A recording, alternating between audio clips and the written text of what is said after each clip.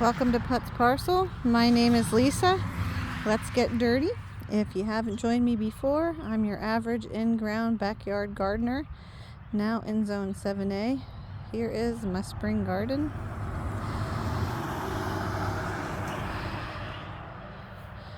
If you watch some of my previous videos, I talk about varieties that I've planted, so you can catch up by doing that. But today, I am planting pole beans. So let me walk around here, get in the garden. Strawberries kind of have my path blocked.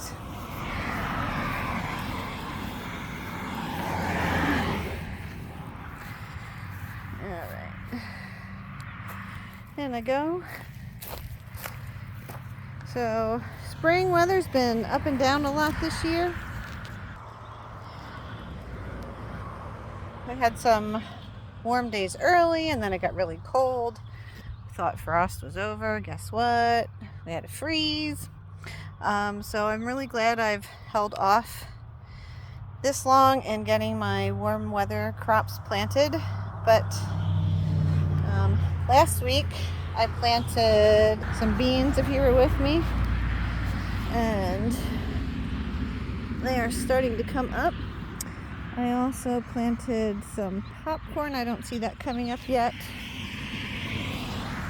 I planted some baby corn. That is not coming up yet.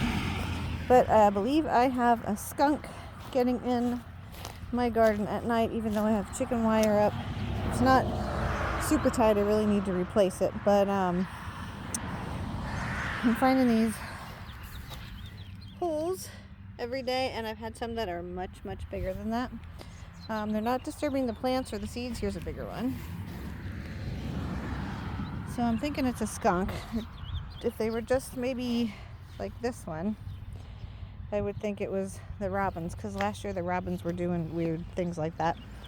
So I'm thinking it's a skunk. Plants aren't disturbed, so I just keep coming out every day and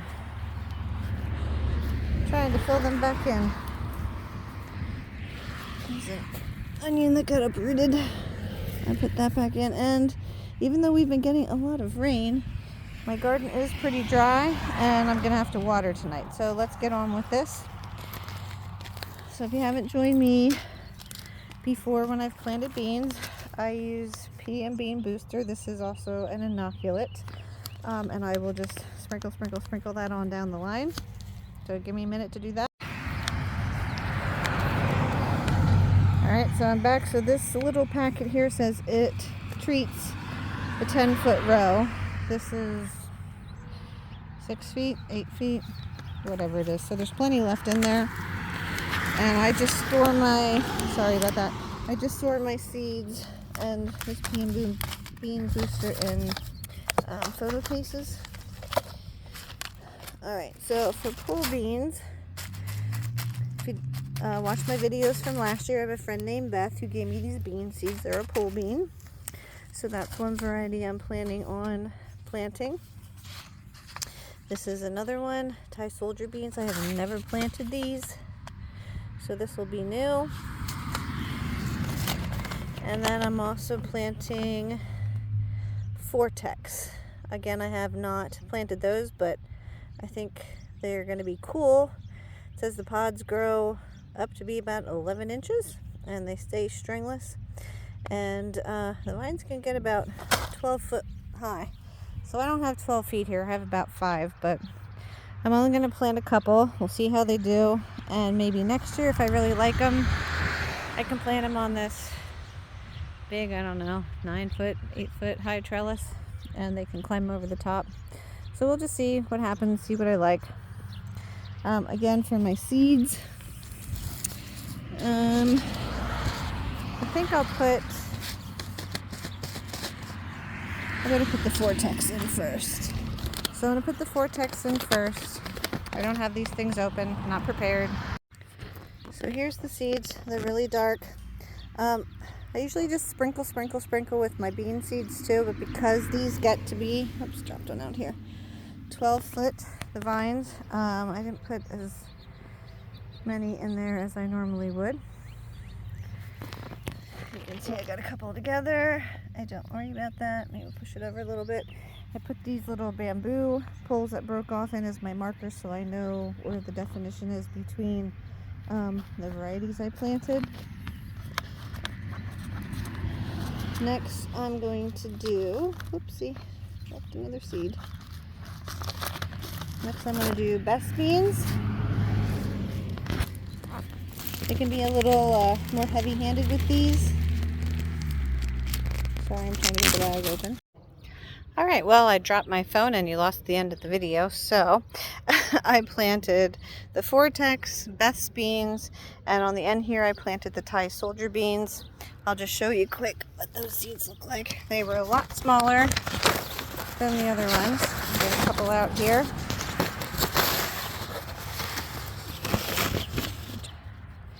Those are the Thai soldier beans. Alright, so pole beans I was talking about when I dropped my phone and thought I was recording are super, super productive. So you want to pick them often, you want to pick them frequently. The more you pick them, the more productive they will be. I have been historically a bush bean grower and a bush bean lover. That's just what I grew up on. That's what my mother always planted, so that's what I always planted. So I've just started experimenting with pole beans in the last few years. So, beans, since they are very productive, you want to succession sow them, possibly. This is the first year I'm actually doing that. Generally, I put a big, huge, long row out, and then I have so many beans, I don't know what to do with them. Just always have a plan. What are you going to do with your surplus? Are you going to freeze it? Are you going to can it? Are you going to give it away? Are you going to sell it? So, I put this, I don't know, 6-foot row in here of beans. They're starting to germinate. The little friend. So I think also tonight I am going to plant maybe another small 4 or 6-foot row. And then when that row starts to germinate, I will plant the rest of the row down to the end of the garden. So in the next row, I think I'm going to plant these. Here's the back of the packet for your information, 57 days to harvest. I haven't planted these for a few years, but it's one of my favorite varieties. Another one that I haven't planted yet this year is the dragon tongue bush beans, which I will probably put in the rest of this second row of beans when the second row was the pole beans. Third row of beans when I finish that row off. If you joined me last time, I also planted the cucumbers. They have not come up yet, so we'll keep an eye on them. And when I covered my bean seeds up, I just kind of pushed the compost back over them and tapped it down. If there was a place or two that I didn't get it covered really well, I put a little extra pressure on it with my foot. And I'll just keep an eye on these. If it rains, to see if any of them come uncovered, I'll just cover them back up. I am a firm believer in making the best use of my space in the garden. I like there to be a lot. I like it to be full. When everything is big and lush, I will realize I planted things too closely, but I figure it out. So here in front, so I just planted my pole beans directly under this hog panel. So down here in front of that row of pole beans, I am going to plant some red beets. I don't know what else I'm going to plant at the end there, but for now, this is about a 4-foot row.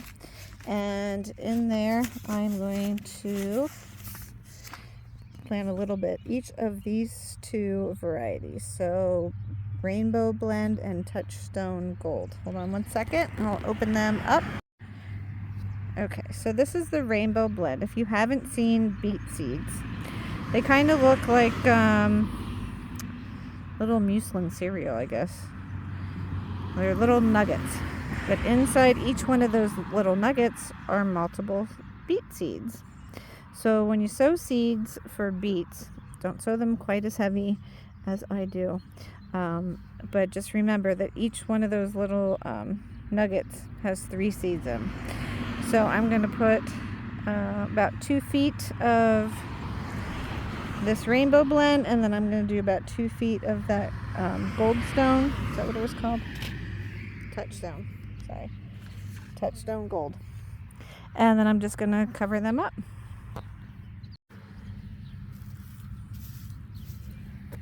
Oop. Kind of buggy. Oh, it was on me. Gross. Sorry, don't like bugs.